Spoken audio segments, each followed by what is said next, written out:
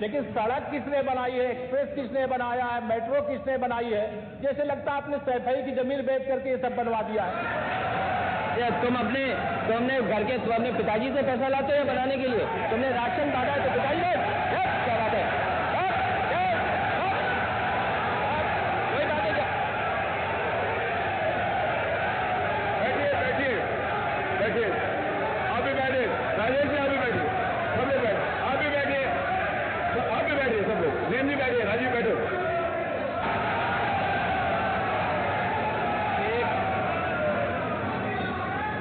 एक घंटे से अधिक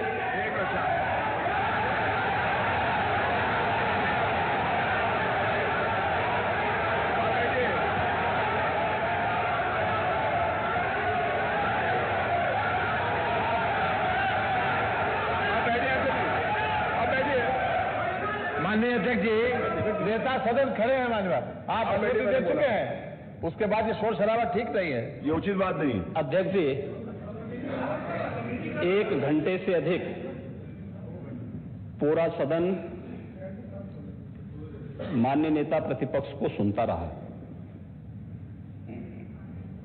बड़ी शालीनता के साथ उन्होंने अपनी बात कही। विपक्ष के नेता का जो दायित्व था, उन्होंने अपने कर्तव्यों का निर्वहन किया। हम लोगों ने सुना। इस सदन में और सरकार के उप मुख्यमंत्री अपनी बात को रख रहे हैं, बीच में रनिंग कमेंट्री का मतलब क्या है? और दूसरा, एक सम्मानित नेता के खिलाफ असभ्य शब्दों का प्रयोग हो, तो शब्द का प्रयोग हो,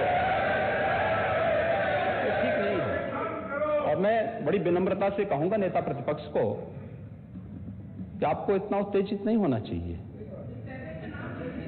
देखिए, सफाई की बात नहीं कर रहा हूं मैं, सवाल सफाई का नहीं है। देखिए, हम लोग भी जो विकास कार्य करा रहे हैं, या आपकी सरकार के समय जो विकास कार्य हुए होंगे, ये हमारी ड्यूटी थी।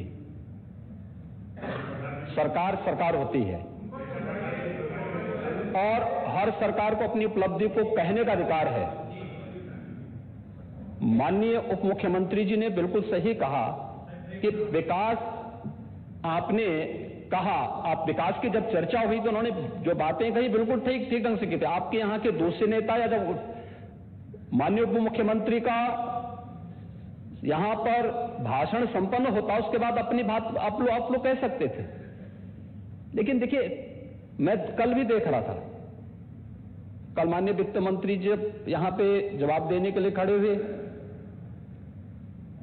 उन पर जिस तरीके की भाषा का प्रयोग उस समय किया गया, आज फिर हम देख रहे हैं। देखिए, लोकतंत्र में हर सदस्य को सदन में अपनी बात रखने का पूरा अधिकार है, और अगर आप कहेंगे तो कैसे इस बात की अपेक्षा रखते हैं कि इस पार से उसका जवाब नहीं मिलेगा? पूरे 1 घंटे से अधिक समय तक पूरा सदन और खासतौर पर सत्ता पक्ष से जुड़े हुए सभी मान्य सदस्यों ने आपकी बात को बहुत ध्यान से सुना। देखिए, सहमत होना ना होना अपना विषय है, नहीं, सवाल दूसरा नहीं। देखिए, देखिए, सफाई भी इसी प्रदेश का हिस्सा। अध्यक्ष महोदय, सवाल ये नहीं है, मैं सुनने को तैयार हूं। अच्छा, मुखर्जी बोल रहे हैं, सफाई भी तो इसी प्रदेश का हिस्सा है। नहीं, सफाई, देखिए, भाषा आप उसको बाद में बोल सकते हैं। देखिए, हमारी सहमति असहमति हो सकती है। देखिए, हमारी असहमति असहमति हो सकती है किसी बात पर, हम बाद में इस बात को करेक्शन करा सकते हैं। लेकिन तो मैंने शब्द का प्रयोग नहीं किया जाना चाहिए और किसी भी असभ्य भाषा का प्रयोग नहीं होना चाहिए। और मैं माननीय अध्यक्ष जी से अनुरोध करूंगा कि अगर इस प्रकार की शब्दावली प्रोसीडिंग का हिस्सा बनी है तो कृपया उसको हटवा दें, क्योंकि ये गलत परंपरा होगी और मैसेज का देश के अंदर खराब जाएगा। हमें हमेशा इस बात को ध्यान में रखना होगा, सदन की मर्यादा का ध्यान हर हाल में बनाए रखना होगा। दूसरा, जब एक सदस्य बोल रहा हो तो सदस्य के बीच में, और खासतौर पर उप मुख्यमंत्री बोल रहे हैं, तो बीच में रनिंग कमेंट्री करना, बीच में धमकी देना, ये चीजें ठीक नहीं है। और मुझे लगता है सदन की मर्यादाएं इससे आहत होती हैं।